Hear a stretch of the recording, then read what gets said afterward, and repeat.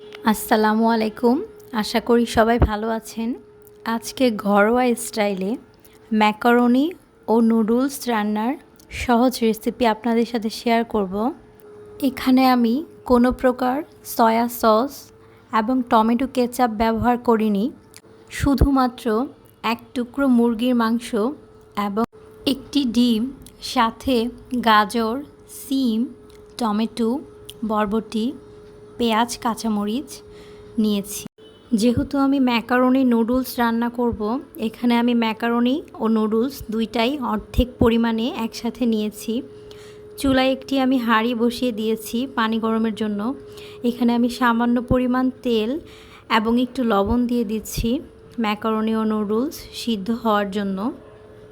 Macaroni সিদ্ধ হতে যেহেতু সময় বেশি লাগে, তাই এটি আমি প্রথমে দিয়ে দিচ্ছি এবং এটি সিদ্ধ হয়ে যাওয়ার ঠিক 2 থেকে 3 মিনিট আগে আমি নুডলসটা দিয়ে দেব এবং দুইটা একসাথে পারফেক্টভাবে সিদ্ধ হয়ে যাওয়ার পর আমি এটি একটি পাত্রে নিয়ে পানি ঢেলে ঠান্ডা করে নিচ্ছি।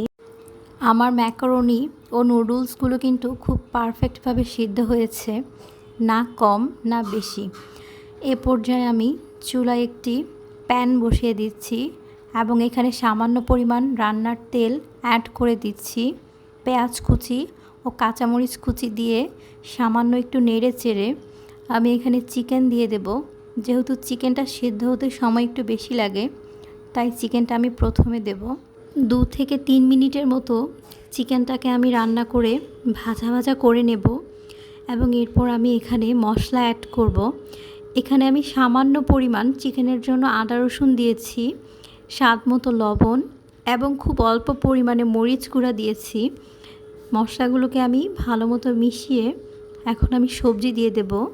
যেহেতু আমি ছোট ছোট করে কেটে নিয়েছি, সবজিগুলো সিদ্ধ হতেও কিন্তু বেশি সময় লাগবে না। প্রায় 2 থেকে 3 মিনিটের মতো সবজিগুলো আর চিকেনটাকে একসাথে নেড়ে চেড়ে আমি রান্না করে নেব। এ পর্যায়ে আমি কিন্তু এখানে এক্সট্রা কোনো পানি অ্যাড করিনি এবং চুলার আঁচটা কিন্তু লো হিটে থাকবে।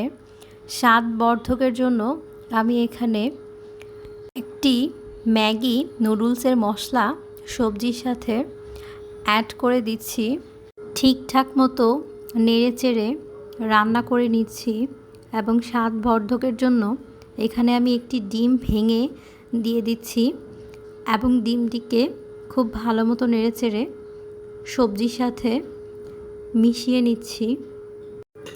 আরও 1 মিনিটের মতো একসাথে এটিকে আমি রান্না করে নিব এবং ম্যাকারনি ও নুডলসটা এ পর্যায়ে আমি সবজির সাথে দিয়ে দেব।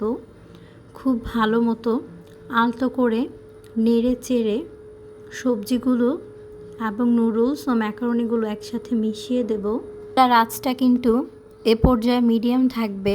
চুলার আঁচ বাড়ালে কিন্তু এটি পুড়ে যাওয়ার সম্ভাবনা আছে এবং নুডলসটা ম্যাকারনিটা রান্না হয়ে যাওয়ার ঠিক আগ মুহূর্তে আমি ম্যাকারনির মধ্যে যে মশলাটা থাকে ওখান থেকে আমি একটি মশলা এখানে দিয়ে দেব এবং 2টি চামচের সাহায্যে খুব সুন্দর করে লাস্টবার এই দুইটাকে একসাথে মিশিয়ে নেব।